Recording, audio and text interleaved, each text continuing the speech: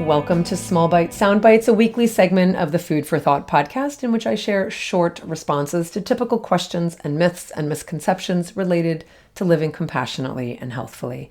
Thanks everyone for your support of this podcast. Please help support it by going to patreon.com/Colleen Patrick-Goudreau, or you can go right to joyfulvegan.com where you can find lots of resources, including a donate button to become part of our supporter community. Today, I want to address an assertion I sometimes hear people make that it's not possible to be 100% vegan because there's no way to avoid causing harm in this world. But the implication when that statement is made is usually that we shouldn't even bother being vegan at all because it's not a perfect world.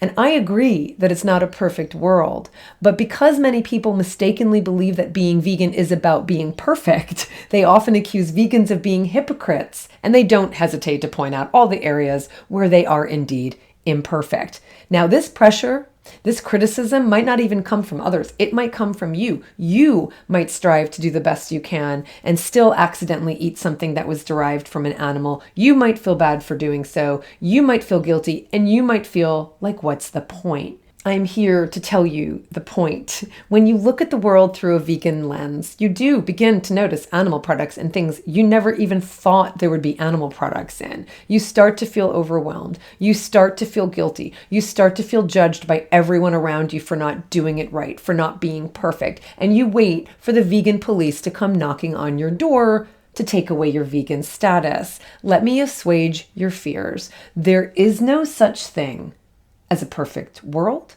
and there is no such thing as a licensed, certified vegan. And if perfection and purity are what you're after in a world that is by its nature imperfect, then I am afraid you are going to be gravely disappointed. But I am here to tell you, you don't have to be disappointed, and you can still live a life of compassion and wellness. I have said it before, and I'll say it again, and I'll say it again, and I'll say it again. Being vegan is not an end in itself. It is a means to an end, and that end is optimal wellness and unconditional compassion.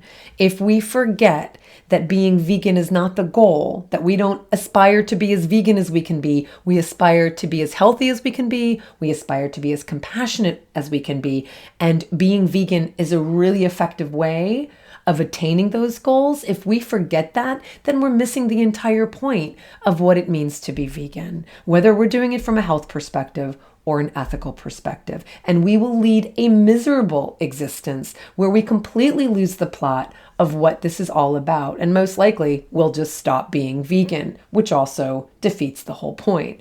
More than that, I think this expectation of perfection is what stops many people from even trying to be vegan. And their fear is justified when they proudly declare to someone that they've become vegan, and they're met with a smug reminder that the shoes they're wearing are made of leather, or that the machines on which their peanut butter was made was also used to make non-vegan food products. Here's what I think. Imperfection is built into being vegan because imperfection is built into being human. In the decades I've been vegan, I've been drinking water that has most likely been filtered through animal bone char. I've been eating locally grown organic produce that has been grown most likely using animal manure, possibly bone meal, possibly blood meal, all derived from animals in intensive confinement and killed in industrial slaughterhouses. I've been buying wine and fruit from purveyors that most likely kill birds and mammals to protect their orchards. And I've been eating crops, including avocados, including almonds, pollinated by migratory honeybees. None of that makes me less vegan.